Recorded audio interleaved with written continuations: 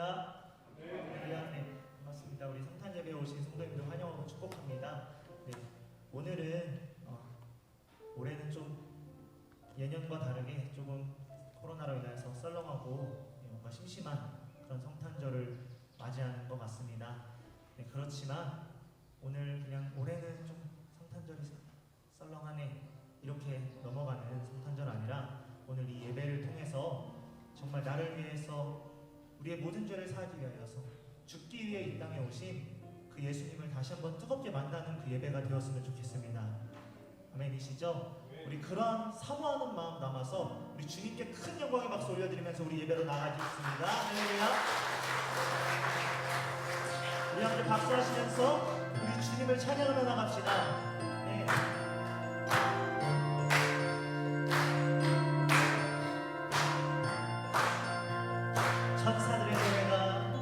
천사들의 노래가 하늘에서 들리니 산바들이 기뻐서 메아리 저울린다.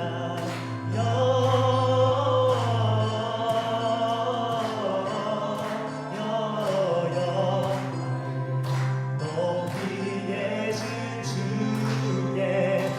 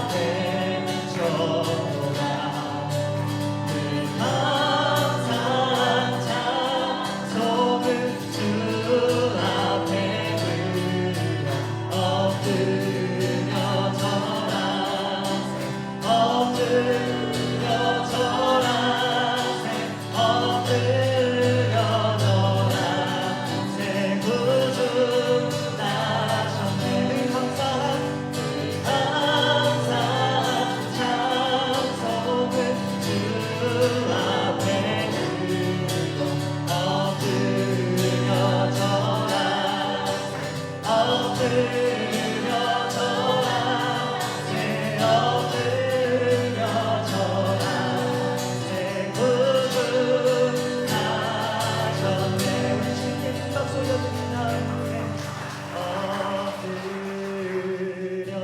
절하세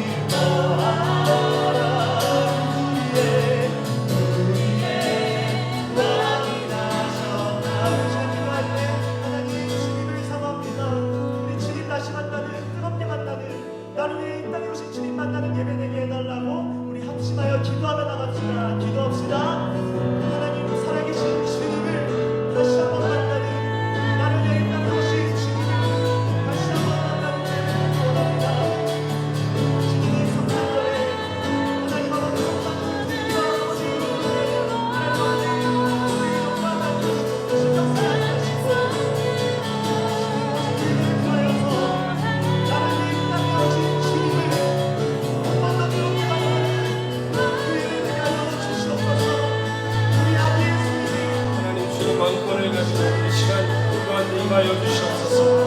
하나님 우리의 심령을 녹여주시고 하나님 당신의 사랑하시는 백성들을 만나주시고 아버지의 심령에 온전히 사모하는 주의 성도들을 붙들어 주셔서 오늘 거듭나고 새로워지고 주님을 만나게 하시고 살아계신 주님과 아버지 하나님의 아름다운 만남을 갖는 오늘 아버지 이 아침 되게 하여 주옵소서. 성령님 임재하여 주시옵소서. 천사가 이르되 무서워하지 말라. 보라 내가 온 백성에게 미칠 큰 기쁨의 좋은 소식을 너희에게 전하노라. 오늘 다윗의 동네에 너희를 위하여 구주가 나셨으니 곧 그리스도 주시니라. 너희가 가서 강보에 쌓여 구유에 뒤어 있는 아기를 보리니 이것이 너희에게 표적이니라 하더니 호련히 수많은 천군이 그 천사와 함께 하나님을 찬송하여 이르되 지극히 높은 곳에서는 하나님께 영광이요 땅에서는 하나님이 기뻐하신 사람들 중에 평화로다 하니라.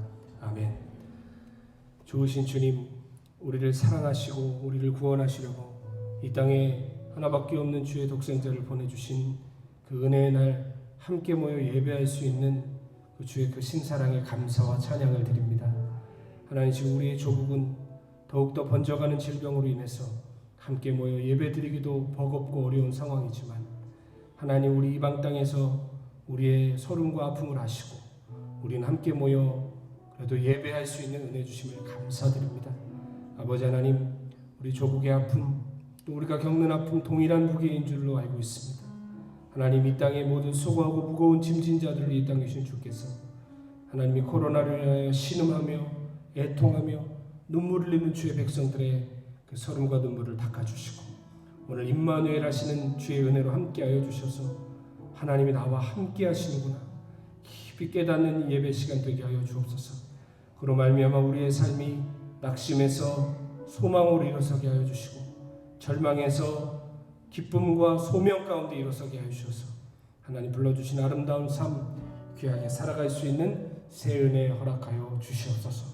아버지, 그 밤 주님 오시던 그 밤 그토록 메시아를 기다렸지만 아무도 주님 오심을 몰랐습니다. 저 먼 데서 온 동방박사들과 들어있던 목동들만 주님 오심을 알았습니다. 하나님, 오늘 우리가 성도라는 이름을 가지고 이 성탄의 예배 이 자리에 와 있지만 하나님, 우리가 주님의 그 은혜를 모르는 자 되지 않기를 원합니다. 우리에게 주의 은혜의 빛을 비춰주셔서 임마누엘의 주님을 우리 가슴 깊이 모시고 깨닫는 이 예배 되게 하여 주옵소서. 넘치는 그 복음의 기쁨이 모든 성도들에게 함께하여 주시기를 간절히 소원하고 감사드리며 존귀하신 예수님의 이름으로 감사하며 기도드립니다. 아멘. 아멘. 하나님의 말씀 함께 보겠습니다. 하나님 말씀은 마태복음 1장 23절 말씀입니다. 우리 한 절 말씀만 보겠습니다. 마태복음 1장 23절 함께 보겠습니다. 신약성경 2페이지에 있습니다. 마태복음 1장 23절 말씀 찾으신 줄 알고 한 목소리로 합독하겠습니다. 시작. 보라, 처녀가 잉태하여 아들을 낳을 것이요 그의 이름은 임마누엘이라 하셨으니 이를 번역한즉 하나님이 우리와 함께 계시다 합니다. 아멘. 아멘. 할렐루야. 예년과 다르게 좀 이렇게 행사도 없고 썰렁한 크리스마스입니다. 그래서 저희 지난주에 부임하신 우리 찬양간사 두 부부께서 오늘 또 귀한 특성으로 크리스마스 예배 섬겨 주시기로 하셨습니다. 1부 때 찬양 너무 아름답게 잘 해주셨는데요. 제가 이렇게 멘트를 하면 나오면 되는 겁니다. 예. 아무튼 우리 큰 은혜 끼쳐주실 줄 믿습니다. 박수로 우리 축복합니다. 감사합니다.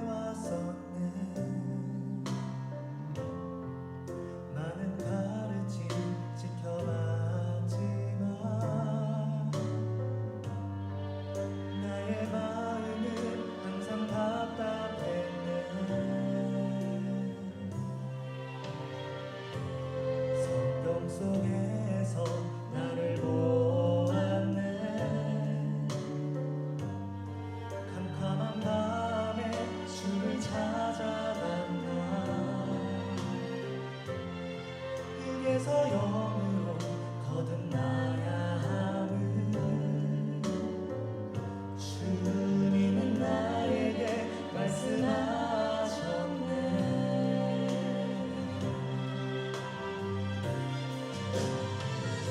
주를 만났네. 주를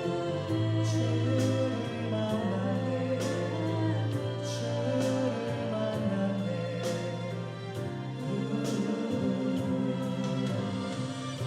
주를 만났네. 주를 만났네. 나의 주님. 주를 만났네. 주를 만났네. 주를 만났네.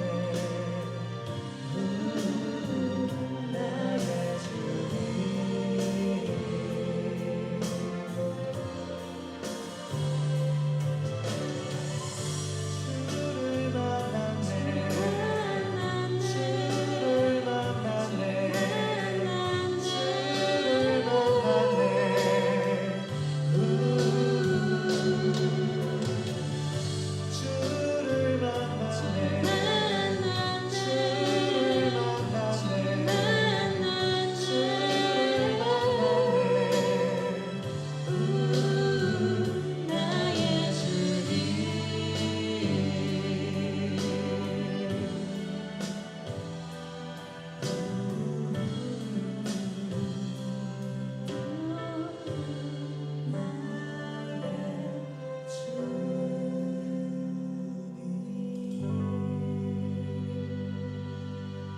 네, 우리 하나님께 현영의 박수 드리겠습니다. 감사합니다. 찬양 참 잘하죠? 예, 대답 안 하시는 분들은 다음 주에 특송시킬 겁니다. 예, 찬양 진짜 잘합니다. 웬만하면 남편이 노래 잘하면 아내는 잘 못하거나 혹은 반대이거나 그런데 이 두 부부가 참 노래를 아름답게 하나님 앞에 이렇게 올려드릴 수 있어서 얼마나 감사하고 또 귀한 분들이 이 나이로비 한인교회를 섬길 수 있게 되어서 주께 감사드립니다. 여전히 함께 하시는 하나님이란 제목으로 하나님의 은혜 나누도록 하겠습니다. 어제 제가 오전에 저희 비자를 연장하기 위해서 이민국 사이트에 들어가서 한참 작업 중이었습니다. 근데 갑자기 오른쪽 이 갈빗대 바로 밑에가 이렇게 자꾸 쿡쿡 쑤시는 거예요. 그래서 자꾸 제가 손으로 이렇게 여기를 만지면서 나 왜 이렇게 여기가 아프지? 이상하네. 나 여기 왜 이렇게 아프지? 하면서 그렇게 얘기했었습니다. 그때 저희 전유한 목사님께서 옆에 앉아 계셨는데 자꾸 제가 이렇게 손을 대니까 어디가 아프냐고 그러더라고요. 그래서 목사님 이상하게 방금 전부터 여기가 자꾸 쿡쿡 쑤시는데 자꾸 계속 아프다고 점점 심해진다고 그랬습니다. 그렇게 한 15분 정도 같이 앉아 있었나요? 나중에는요 숨이 안 쉬어지는 거예요. 너무 아프고 그냥 뒹굴고 싶더라고요. 그래서 제가 목사님 죄송한데 제가 조금 있다 오겠다고 제가 지금 죽을 것 같이 아프다고 하면서 1층 저희 사택 1층에 소파가 있거든요.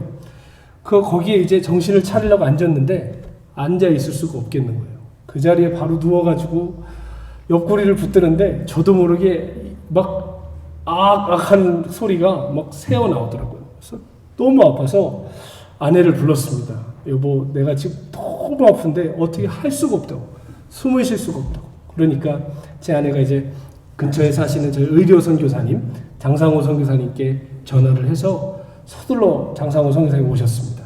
그래서 급하게 저 이렇게 초음파를 이렇게 찍어주시고 증상을 딱 살펴보시더니 요로 결석이라는 거예요. 근데 저는 처음 겪어봤거든요. 근데 이게 제가 인생을 오래 살진 않았습니다. 여기 대부분 저보다 연배가 훨씬 높으신데 제 인생 중에 가장 아프더라고요. 이거 어떻게 이렇게 아플 수 있을까 할 정도로 너무너무 아파서 제가 목사인데도 체면 같은 거 상관없이 나중엔 뒹굴면서 소리를 지르게 되더라고요. 너무 아파가지고. 그래서 병원에 한국 같으면 바로 119 불러서 동네 병원에 가도 레이저로 이거 돌 깨가지고 이제 꺼내지 않습니까? 근데 여기는 일단 119도 없고 또 병원에 가려고 그랬더니 지금 다 파업 중이라고 해요.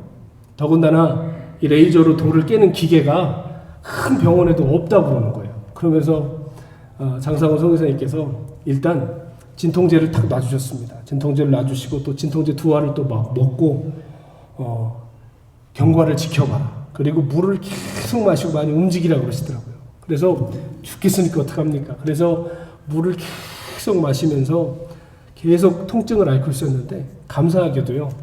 이게 돌이 언제 빠져나가는지 모르겠지만 오후쯤이 되니까 아무렇지 않게 통증이 가시고 이 정상으로 돌아왔습니다. 제가 지금 이렇게 얘기하면 막 오버하는 것 같은데 저 어제 진짜 아팠습니다. 근데 이게 오전 오후에 천국과 지옥을 왔다 갔다 했어요. 세상이 이렇게 아프구나 싶었습니다. 근데 재밌는 게요.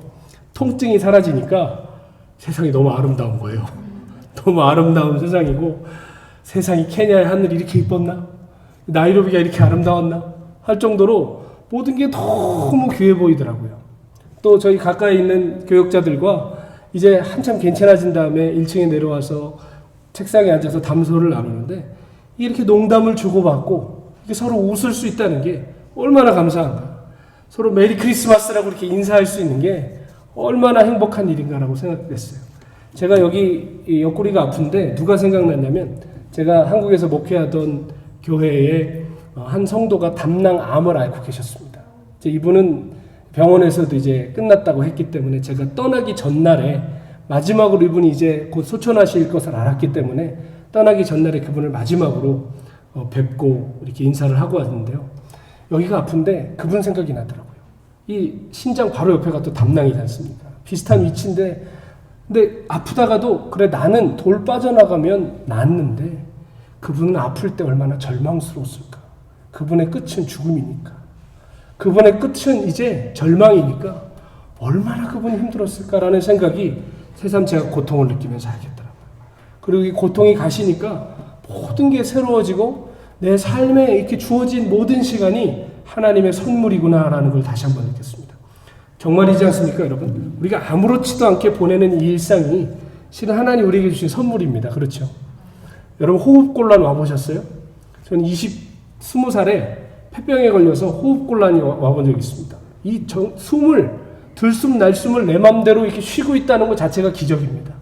심장 박동이 이렇게 제때 뛰어주고 있다는 것 자체가 기적입니다. 모든 게 우리의 삶에 하나님이 허락하신 기적이라는 것입니다.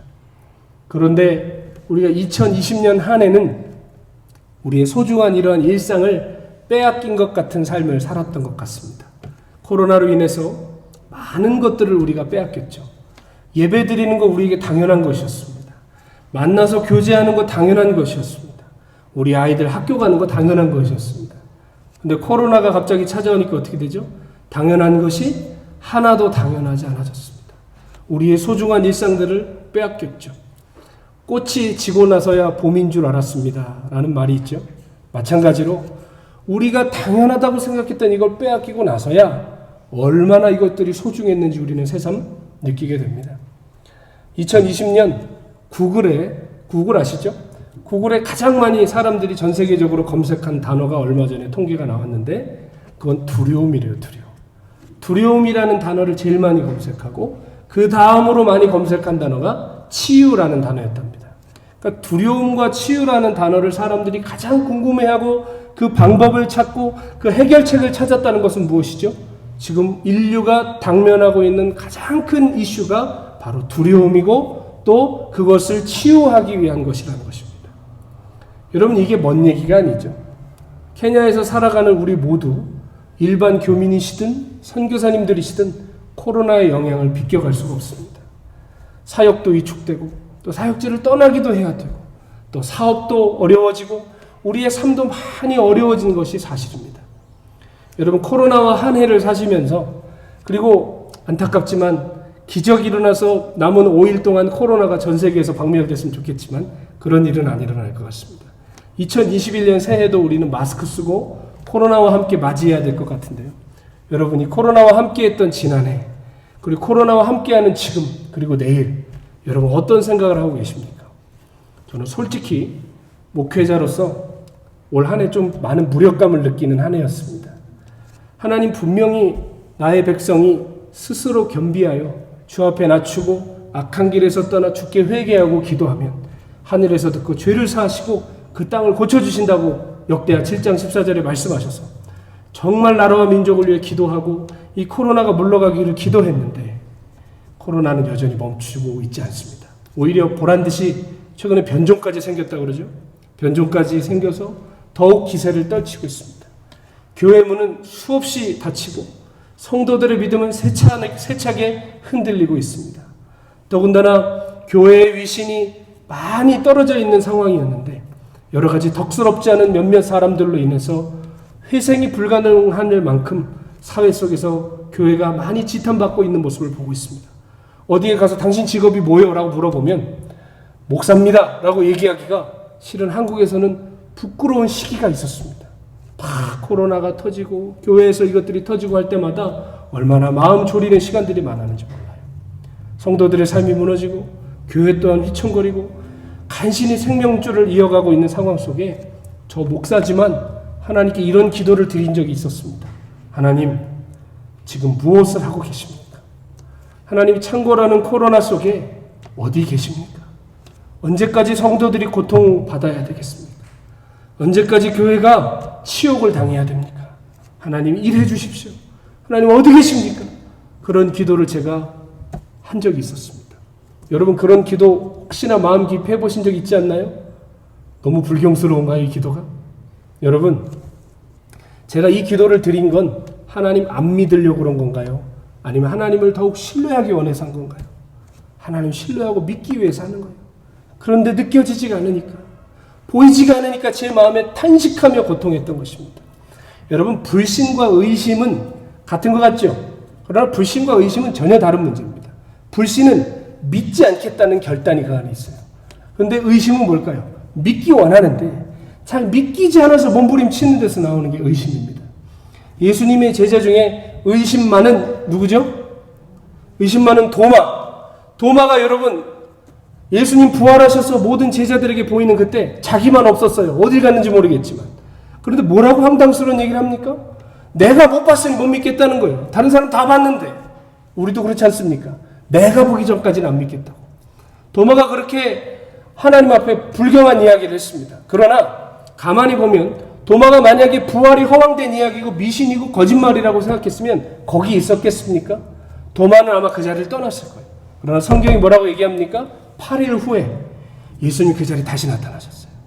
부활의 주님이 8일 후에 다시 나타나셨는데 마침 그 자리에 도마도 있었습니다. 예수님이 그 도마에게 가셔서 도마야, 내 손을 내밀어 못자국 난 손과 내 옆구리를 만져보아라. 그리하여서 믿지 않는 자가 아니라 믿는 자가 되라. 라고 주님이 도마를 위해 나타나 주셨습니다. 근데 저는 그 장면을 보면서 참 큰 은혜가 되더라고요. 도마가 8일 동안 떠난 거예요? 안 떠난 거예요? 떠나지 않았어요. 왜일까요? 나도 믿고 싶은 거예요.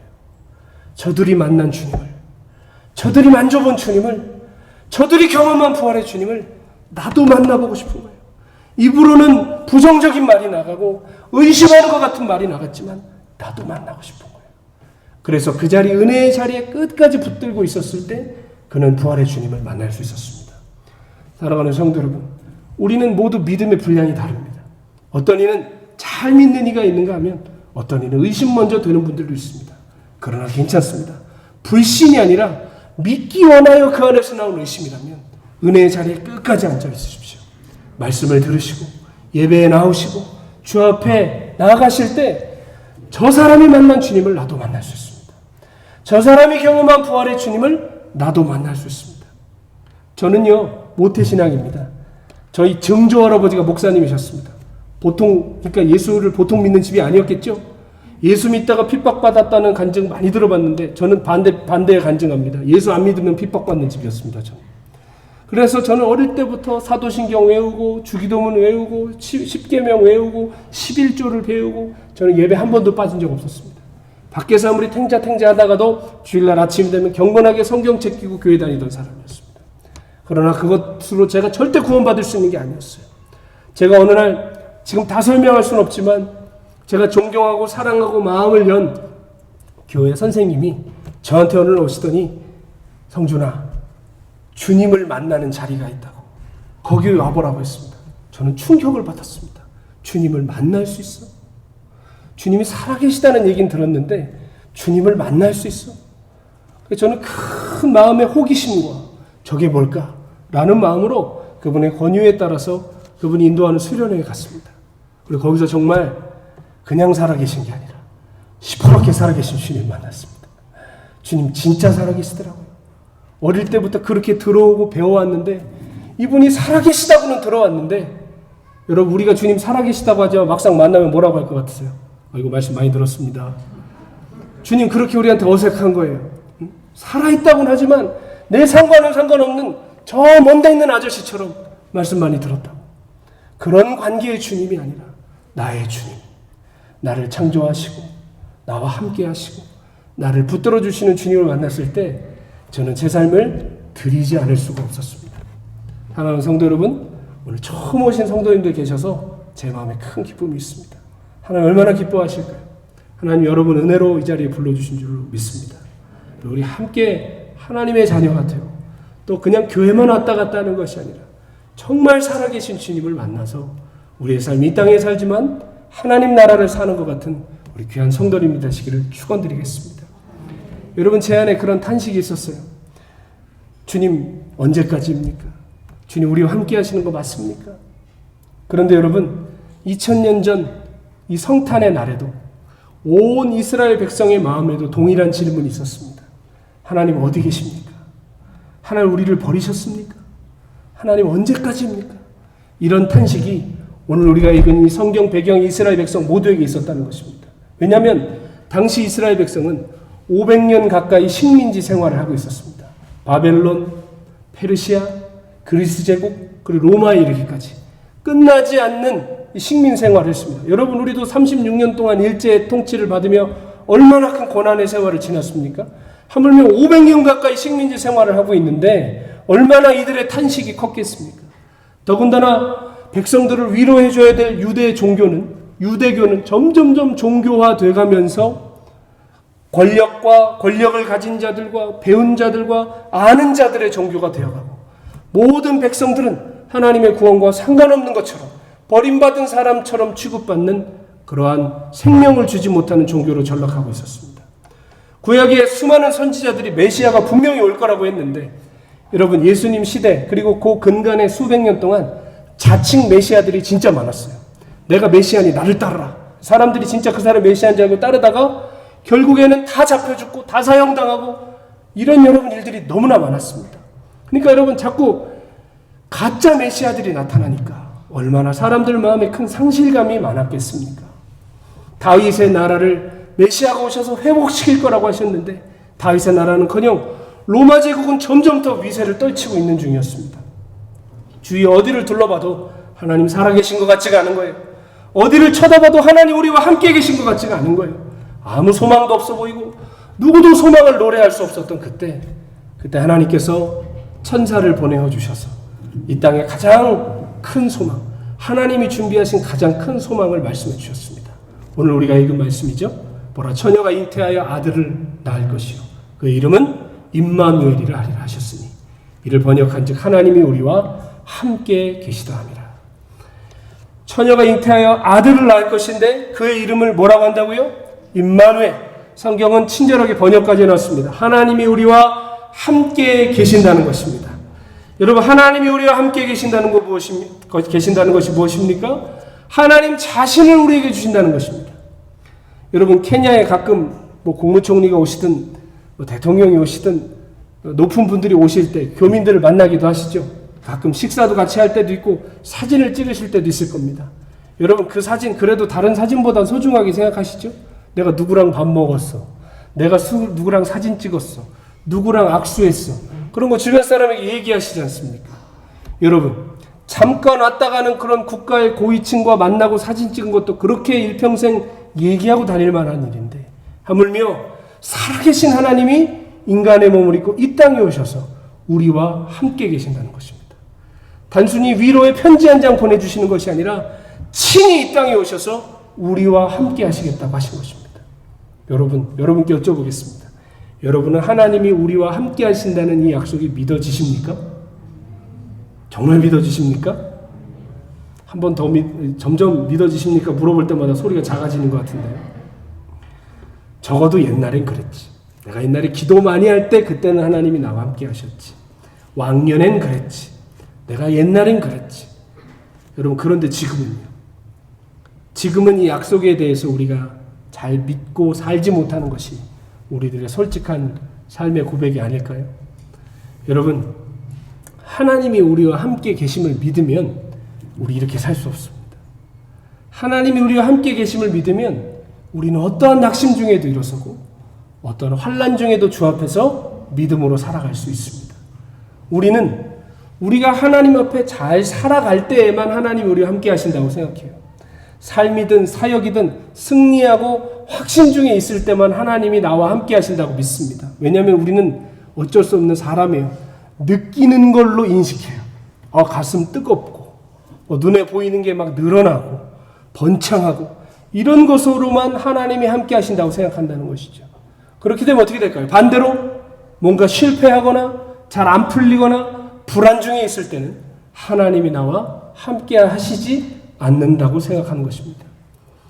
여러분, 하나님이 나와 함께 하시지 않는다고 생각할 때 우리 삶이 어떻게 될까요? 불안과 두려움, 낙심과 절망이 찾아오지 않겠습니까? 하나님이 나와 함께 하시지 않는 거예요. 그럼 여러분, 이게 얼마나 우리에게 큰 좌절과 절망이 됩니까? 스스로 내 힘으로 산다고 하지만 그 속에 얼마나 큰 공허와 불안함이 있겠습니까? 스스로의 삶을 자학하거나 혹은 자신의 힘으로 살아가려고 애쓰고 노력할 것입니다. 그러나 그 속에는 만족이 없고 평안이 없어요. 여러분, 저도 목사지만 저의 삶에 이 믿음이 흔들릴 때가 있을까요, 없을까요? 저는 믿음 좋아서 목사했을까요? 여러분, 제일 하나님의 은혜가 필요한 사람들이 목사들인 것 같습니다. 저도 믿음이 흔들릴 때가 많습니다. 제가 처음 선교사가 되었을 때 저는 아프리카 탄자니아로 파송됐습니다. 저는 선교사가 원래부터 되고 싶었어요. 그래서 많은 나라들을 한 20여 개국을 이렇게 단기 선교 다녀보면서 나는 어떤 나라에서 섬기면 좋을까 늘 생각했습니다. 아프리카도 제가 와봤거든요. 단자니아도 보고 케냐도 가보고 부룬디도 가봤는데 올 때마다 제일 제가 항상 느꼈던 게 뭔지 아세요? 여긴 아니야. 여긴 내 스타일이 아니야. 아프리카는 올 때마다 마음이 조금도 안 움직이는 거예요. 사람들은 흑인 아이들의 눈을 보면 아프리카에 다시 올 수밖에 없대요. 저는 다시 안 올 수 있었어요. 저는 전혀 마음이 동하지 않았어요. 근데 갑자기 저희 담임 목사님 저를 부르시더니 저희 아버지 같은 분이신데 너 이제 아프리카로 선교사로 가라 그러시는 거예요. 근데 갑자기 제가 머뭇하다가 일단 네 하고 대답을 했습니다. 근데 그다음부터 너무 괴로운 거예요. 나 진짜 아프리카 별로 갈 마음이 없는데 지금은 준비가 안 됐는데 그렇게 우왕좌왕 방황하다가 확신 없이 선교사로 나갔습니다. 여러분, 그러니까 쉽겠어요, 어렵겠어요? 사명 갖고 나와도 어려운 게 선교인데 흔들리는 마음으로 나오니 얼마나 어렵겠습니까? 탄자니아에 뚝 떨어졌는데 수도였음에도 불구하고 이렇게 참 케냐와 환경이 많이 달랐어요. 탄자니아 수도는 다르살렘 그 바닷가 굉장히 덥거든요. 그리고 전기 사정도 안 좋고 많이 어려웠는데 뭐 더운 거, 뭐 전기 나가고 뭐 물 모자라고 이런 일들은 기본이거니와 제가 하나님 앞에 선교사 나가기 전에 뭐라고 기도했는지 아십니까? 하나님, 어쨌든 저는 종이니까 좋든 싫든 하나님 가라시면 저 갑니다. 근데 제 아내가 무슨 잘못이 있습니까? 남편 잘못 만났지. 그때는 딸이 하나밖에 없었는데 제 딸이 무슨 잘못 있습니까?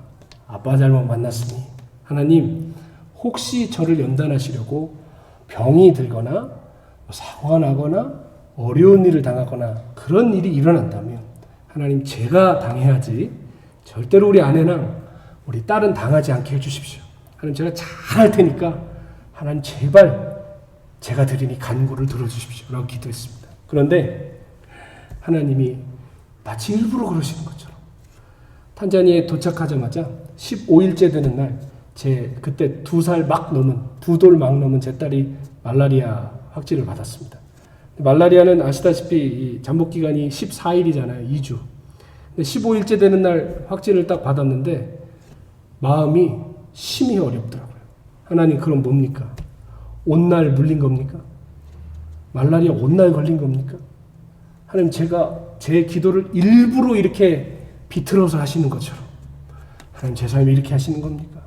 저도 모르게 제 마음에 큰 하나님을 향한 슬픔이 있더라고요. 그런데 여러분, 그게 끝이 아니라 저도 말라리아에 4번 걸리고 또 준영이 둘째를 임신을 했는데 병원에 이제 산부인과에 갔습니다. 근데 어쨌든 현지 의사한테 맡기는 것보다 노르웨이에서 오신 여자 의사 선생님이 계시다는 거예요. 그래서 그 선생님한테 초음파를 받았는데 지금 잘못됐다는 거예요. 이게 지금 굉장히 특별한 케이스인데 빨리 병원으로 옮기지 않으면 출혈이 일어나고 출혈이 일어나면 3시간 안에 산모가 사망한다는 거예요. 남의 얘기라고 전혀 지금 마음에 요동이 없으신데 저는 그때 인생 끝난 줄 알았어요. 나 이거 선교사 돼서 망했구나. 인생 망했구나 싶은 거예요. 너무 마음이 어려운 거예요. 여러분 근데 목사가 그때 기도해야 되잖아요. 첫째, 너무 충격을 받으니까 기도가 안 나오고, 둘째, 하나님이 나와 함께 하신다는 확신이 없으니까 기도를 하지를 못하겠네요. 저의 그런 부끄러운 모습을 제가 그때 봤어요. 근데 감사하게 어제 저를 도와주셨던 장상호 선교사님이 산부인과 전문이십니다. 근데 그분이 마침 제가 있는 지역에서 가까운데 진료로 오셨다는 거예요. 그래서 거기 찾아가서 도움을 받고 여차저차해서 감사하게 저희 아들 지금 저 밖에 지금 뛰어놀고 있습니다. 그리고 며칠 있다가 이게 여러분 무슨 패키지로 하나님이 널 위해 준비했다 한 패키지처럼 며칠 있다가 권총강도 당하고 사고당해서 손가락 잘릴 뻔하고 선임 선교사님들과 갈등이 일어나기 시작하고 그런 여러분 많은 어려움들 속에서 제 마음에 자꾸만 좌절이 되는 거예요. 낙심이 되는 거예요. 그러면서 동시에 제 마음의 이 화살촉이 어디로 향하냐면 하나님 나와 진짜 함께 하시는 거 맞습니까? 내가 진짜 바로 여기에 와 있는 것이 맞습니까? 하나님 저와 동행하시는 거 맞습니까? 라는 마음이 저도 모르게 생기더라고요. 목사가 그런 마음 가져서 죄송해요. 근데 여러분 그러실 때 있지 않으세요? 너무 어려울 때, 너무 힘들 때 하나님께 그런 질문 안 해보세요. 제 마음에는 두려움이 있었고 고통이 있었습니다. 마귀도 틈을 노려서 저를 계속 정죄했습니다. 저는 계속 스스로를 자학하면서 아무것도 하지 못하는 사람이 됐습니다. 마음이 위축되니까 밖에 나가서 사역을 못하겠는 거예요. 언어 공부를 해도 의욕이 생기지가 않는 거예요. 자꾸만 절망하는 저를 발견했습니다. 그러나 항상 그렇듯이 주님이 먼저 우리를 찾아오시죠. 우리를 붙들어 주시죠. 어느 날 제가 살던 동네가 채석장이 있었습니다. 그 동네는 채석장 동네라서 먼지가 풀풀 날리고 어른이든 아이든 낮부터 해질 때까지 앉아갖고 계속 돌을 깨는 마을이었습니다. 제가 거기서 살았는데 채석장 마을에서 거기 아이들을 이렇게 급식 사역을 하시는 선교사님이 한 분 계셨습니다. 근데 그 선교사님이 저한테 와서 기타를 치면서 빵을 나눠줄 동안 찬양을 불러달라고 하시더라고요. 그래서 알겠다고 하고 이제 갔습니다. 갔는데 한 700명이 넘는 아이들이 바글바글 와가지고 이제 빵을 받으려고 기다리는데 저는 옆에서 이제 찬양을 하면서 이제 아이들을 빵을 나눠주는 걸 지켜보고 있었습니다. 근데 마음에는 어떤 감동도 없었고 빨리 끝났으면 좋겠다 그런 마음이 드는 거예요. 그런데 갑자기 선교사님 뭐라고 하시더니 선교사님 이제 기타 그만 치시고 여기 무릎 꿇고 빵 좀 나눠주라는 거예요. 근데 저는 그게 예를 들어 제가 단기 선교에 갔다면 눈물을 흘리고 엎드렸겠지만 저는 20대 때 노숙자 사역을 진짜 많이 해봤습니다. 노숙자들과 같이 지내고 노숙자들 뭐 밥 챙겨주고 역에 나가서 뭐 섬기고 이런 일을 많이 해봤습니다. 그러니까 이런 일들에 이 어떤 이 어려운 사람들을 돕는다? 이 자체로 이렇게 마음이 동하고 그런 거는 저한테 좀 어려웠습니다. 왜냐면 많이 해봤기 때문에. 여러분 모든 일이든 이 계속 가슴이 뜨거운 건 없습니다. 우리의 마음은 언젠가 식게 돼 있어요. 그래서 이걸 왜 나 그냥 기타만 치게 하지 날 이걸 왜 시켰을까 하는데 어쩔 수 없이 기타를 내려놓고 그 자리 무릎을 꿇었습니다. 그래서 빵을 나눠주는데 여러분 이게 템포가 안 맞으면 안 돼요. 애들 계속 오는데 빵을 나눠줘야 되는데 용고와 쿠바리키 하고 나눠주는데요. 갑자기 제 마음에 무슨 마음이 드냐면 주님이 지금 나를 찾아오신다는 마음이 드는 거예요.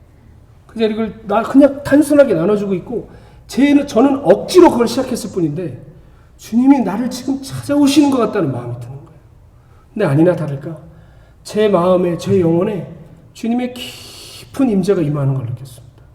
그러면서 제 심령이 갑자기 회개가 터져나오기 시작하고 제 마음이 주님을 향하여 간절함, 다 꺼진 줄 알았던 간절함의 불이 다시 타기 시작하는 거예요. 그러면서 제가 막 이런 고백을 하는 거예요. 주님, 저 이것이면 충분합니다. 저 여기 억지로 왔습니다. 저 하루하루 사는 게 괴로웠습니다.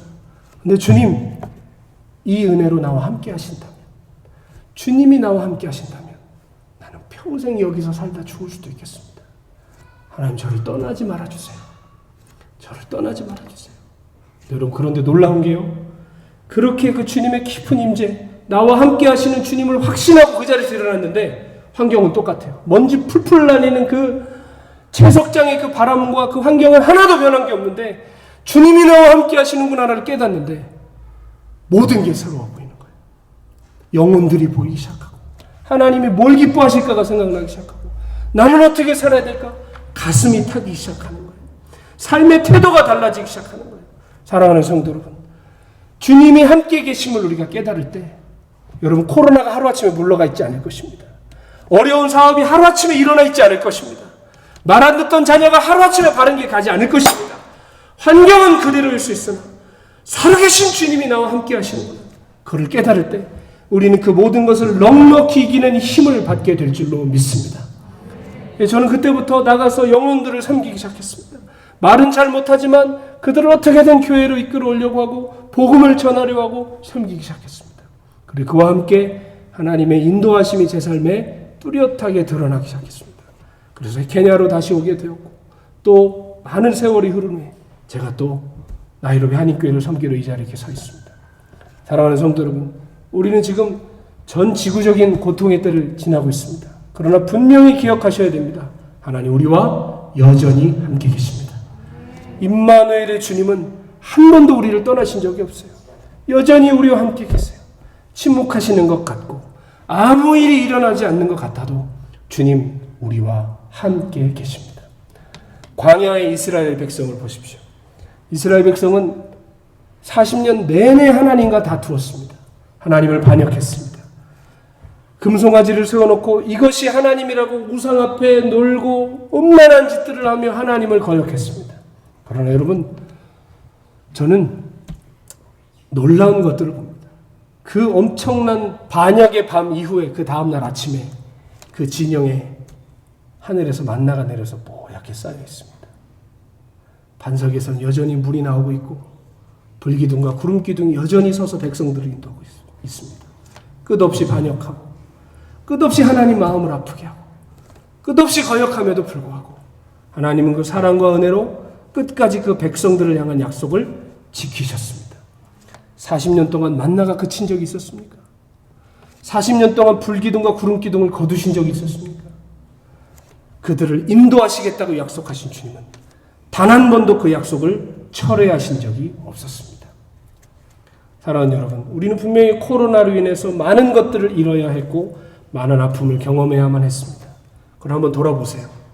우리가 잃은 중에도 얻은 것이 있습니다. 아픔 중에도 오히려 회복된 게 있습니다. 죽을 것 같았는데 죽지 않았습니다. 망할 것 같았는데 망하지 않았습니다. 끝난 것 같았는데 하나님 오히려 거기서 시작하셨습니다. 여러분, 주님의 은혜가 우리를 붙들고 계심을 기억하시길 바랍니다. 임마누엘의 약속은 우리에게 어떻게 이루어졌습니까? 그 아들을 통해 이루어졌습니다. 아들을 주시며 임마누엘 약속을 하셨습니다. 여러분, 다시 말해, 여러분, 축구를 해도 대통령배랑 동네 이장배랑은 다른 겁니다. 대통령배는 말 그대로 대통령 명의 걸고 하는 겁니다. 동네 이장배는 말 그대로 동네 축구입니다. 밥 한 끼 먹고 끝나는 겁니다. 여러분, 하나님이 임마누엘의 약속을 하시는데 누구를 걸고 하셨어요? 그 아들을 걸고 하셨어요. 어릴 때 여러분 삼국유사 읽어보셨죠? 그거 안 읽어봐도 옛날에 학교 다닐 때 그 얘기 아시잖아요. 백제가 이제 망하게 됐는데 마지막 전투를 신라랑 벌이지 않습니까? 황산벌 전투에서 벌이는데 백제의 이 마지막 이 명운을 건 전쟁을 누가 이끌어요? 계백장군이 이끄는데 이 계백장군이 500명의 결사들이 이끌고 황산벌 전투에 나가지 않습니까? 근데 그 전투에 나가는데 그 전날 기이한 일을 합니다. 뭐를 하죠? 삼국사기 저만 읽었군요. 아내와 아이들을 자기 손으로 처단하고 전쟁에 나갑니다. 근데 저는 어린 나이였죠. 초등학교 때 그 이야기를 읽는데도 에이 잔인해. 이거 인간도 아니네. 그런 생각이 드는 게 아니라 초등학교 때였지만 무슨 생각이 드냐면 이 사람 다 걸었구나. 살 생각 안 하는구나. 이 전쟁에 모든 걸 다 걸었구나라는 생각이 들더라고요. 실제로 생명다에 싸우다 황산벌에서 죽었지 않습니까? 뒤돌아보지 않기 위해 그 결단한 거 아닙니까? 여러분, 하나님도 마찬가지입니다. 임마누엘의 약속을 하실 때 그 아들을 걸고 약속하셨다는 건 하나님 모든 걸 거셨다는 겁니다. 십자가에 그 아들을 달아내어 주신 것은 우리에게 모든 것을 거셨다는 것입니다. 우리를 반드시 구원하고 우리를 반드시 끌어내고 우리를 끝까지 붙들어 주시겠다는 하나님의 그 마음이 그 아들 예수 그리스도 안에 서려 있는 것입니다. 임마누엘의 약속은 우리 어떤 상황에도 여전히 유효한 약속입니다. 가장 우리의 삶의 절망의 순간에도 낙심과 좌절의 때에도 임마누엘의 주님은 우리와 함께 하십니다. 근데 뭐가 중요한 걸까요? 그 임마누엘의 주님을 바라보는 눈이 뜨이는 게 중요한 것입니다. 많은 사람들이 주님이 나를 위해 죽어주심은 믿습니다. 그러나 그 주님이 나와 함께 하시는 건 잘 믿어드리지를 못합니다. 너무 어렵고 너무 힘드니까요. 그러나 성경의 주님은 한 번도 우리를 위해 죽어주시겠다고 하신 적 없습니다. 오히려 내가 너와 함께 하겠다고 하셨습니다. 주님 우리를 위해 죽으신 이유도 부활하신 이유도 우리와 함께 하시기 위하심인 것입니다. 승천하시면서도 뭐라고 말씀하셨죠? 볼지어다 내가 세상 끝날까지 너희와 항상 함께 있을 것이다. 생각해 보십시오. 이게 얼마나 놀라운 약속입니까? 우주를 창조하신 하나님이 나와 같은 피조물과 동행해 주시고 우리 안에 사시겠다고 하신 것은 참으로 대단한 약속입니다. 그 주님이 믿어지면 우리는 절망 중에 살 수 없습니다. 그 주님을 바라보는 눈이 뜨여지면 우리는 절대 낙심하며 살 수 없습니다. 하나님 나와 함께 하심을 믿는다면 우리는 절망 중에도 소망을 노래하고 고통 중에도 감사를 고백할 수 있어요. 여러분의 영혼에게 한번 얘기해 보세요. 한번 저를 따라해 보실까요? 하나님이 여전히 나와 함께 하신다. 아멘. 여전히 우리와 함께 하십니다. 하나님 여전히 우리와 함께 하시기 때문에 우리는 다시 시작할 수 있고 죄에서 벗어날 수 있고 주님의 길을 걸어갈 수 있는 것입니다. 제가 케냐에 다시 오기로 결정할 때 저는 주님을 기대했습니다. 한국이나 케냐나 지금 무슨 환경을 기대할 게 있겠습니까? 주님 기대했습니다. 가장 절망의 때이기 때문에 가장 어려운 때이기 때문에 하나님의 은혜가 가장 찬란하게 빛나겠다. 내가 하나님을 그곳에서 가장 깊이 만날 수 있겠다. 그 소망을 가지고 올 수 있었습니다. 여러분 지금 코로나가 힘들긴 하지만 실은 코로나 아니어도 힘들었어요. 그렇지 않습니까? 코로나 아니어도 힘들다는 소리 우리 입에서 없어진 적 없습니다. 한국 사람들 말만 하면 죽겠다는 말 많이 하죠. 심지어는 배고파서도 죽겠대요. 어쨌든 우리의 삶에는 늘 어려움이 있고 절망과 탄식이 가득했어요. 따지고 보면 우리의 신앙이 힘을 잃어가는 것은 코로나 때문이 아니라 함께 하시는 주님을 바라보지 못하고 있기 때문인 것입니다. 장차 코로나보다 더한 환란이 올 것입니다. 우리의 신앙을 직접적으로 흔드는 핍박의 때도 분명히 올 것입니다. 그러나 함께 하시는 주님을 믿어드린다면 우리는 어떠한 때에도 반드시 승리하게 될 수 있는 줄로 믿습니다. 아멘. 여러분 하나님이 그 아들을 내어주시면서 우리에게 약속하셨습니다. 내가 너희와 항상 함께 있겠다. 여러분 그 주님을 의지하심으로 말미암아 낙심하신 분들 계십니까? 다시 일어나십시오. 죄 가운데 허우적거리는 분들 계십니까? 하나님 함께 계심을 바라보면서 죄를 이기시길 바랍니다. 어긋난 길을 걸어가신 분 계십니까?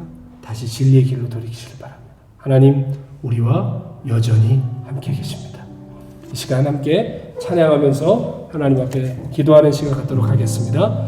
우리와 함께 계시고 우리를 붙들어 주시는 주님의 은혜 의지하며 함께 고백하겠습니다. 약할 때 강함 되시네, 약할 때 강함 되시네, 나의 보배가 되신 주 나의 모든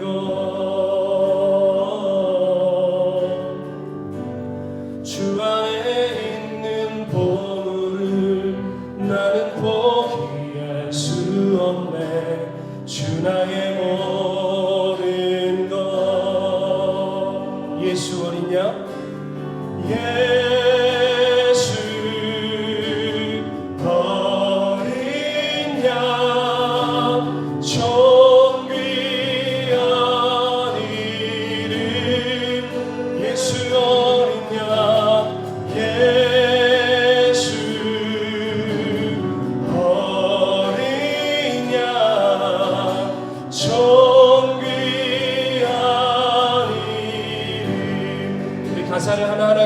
십자가 죄사하셨네. 십자가 죄사하셨네. 주님의 이름 찬양해. 주 나의 모든 것. 쓰러진 나를 세우고 쓰러진 나를 세우고 나의 빈자를 채우네. 주 나의 모. 다시 한번 고백할까요? 십자가 죄사하셨네. 십자가 죄사하셨네. 주님의 이름 찬양해. 주 나의 모든 것. 쓰러진 나를 세우고 아멘. 쓰러진 나를 세우고 나의 빈자를 채우네. 주 나의 모. 우리 주님을 바라보면서 예수 어린 양 예수 존귀한 이름 존귀한 이름. 나와 함께 하시는 예수 어린 양 예수 어린 양 존귀한 예수 어린 양 예수 어린 존귀한 이름 존귀한 이름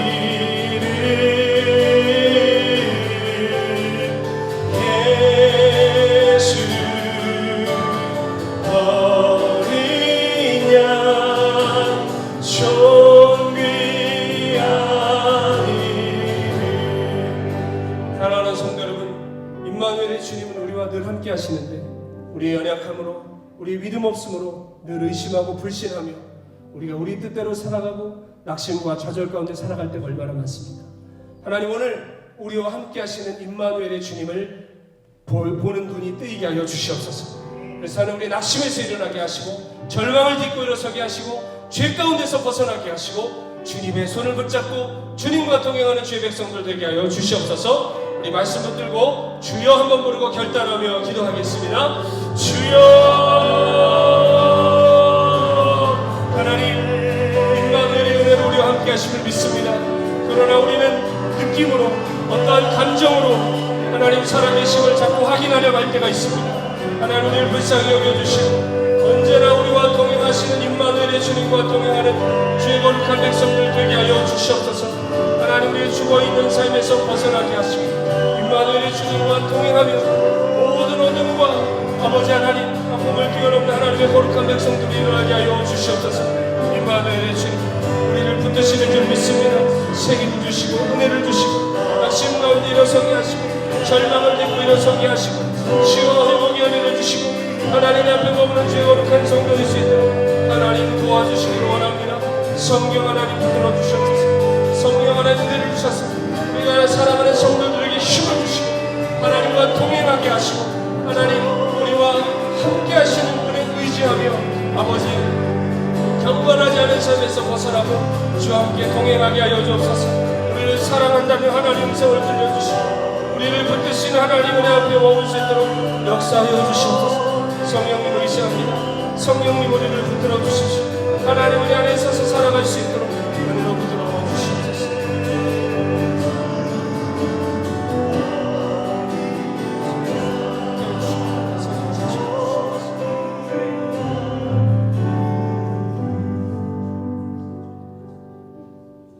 임마누엘의 주님, 내가 항상 너와 함께 하겠다. 하나님이 우리와 함께 하신다. 그 약속이 우리에게 늘 믿어지는 삶을 살 수 있도록 우리의 눈을 떠서 주님을 바라보게 하여 주시옵소서. 우리 비록 무너지고 넘어지고 하나님 부끄러운 시간들 많이 보냈습니다. 그러나 여전히 우리를 믿어주시고 사랑하시는 주님, 그 주님을 바라보며 죄 가운데 벗어나게 하시고 낙심에서 일어서게 하시고 하나님의 부르심을 아름답게 감당하는 주의 거룩한 백성들 되게 하여 주시옵소서. 그 주님과 늘 동행하게 하시고 그로 말미암아 하나님 이 시대적 어려움 속에서도 하나님을 찬송하며 하늘의 영광 중에 살아가는 주의 성도들 되게 하여 주시옵소서. 오늘 주 앞에 올 때 아름다운 귀한 성탄 예물로 하나님을 영화롭게 하는 성도들을 기억하여 주시고 하늘의 신령한 복과 땅의 기름진 복으로 충만하게 채워주시고 형편이 되지 못하여 드리지 못한 손길에는 가장 큰 복을 주셔서 하나님은 고아와 과부와 나그네의 하나님이심을 가르쳐 주시고 알려주시옵소서. 하나님, 우리 온전히 우리 나이로비 한인교회 주 앞에 드려진 교회 되기를 원합니다. 하나님 마음의 기쁨이 되는 교회, 하나님이 주인 되시는 교회 되어서 주님의 뜻을 다 이루어드리는 주의 몸된 교회 되게 하여 주시옵소서. 지금은 우리 주 예수 그리스도의 한량없으신 은혜와 하나님 아버지의 극진하신 사랑과 성령의 내주하시고 교통 역사하심이 임마누엘의 주님과 동행하며 다시 시작하기를 소원하는 우리 사랑하는 나이로비 한인교회 성도들 머리 위에와 이들의 가정과 자녀와 삶의 모든 영역 위에 지금부터 영원히 함께 하시기를 간절히 축원하옵나이다.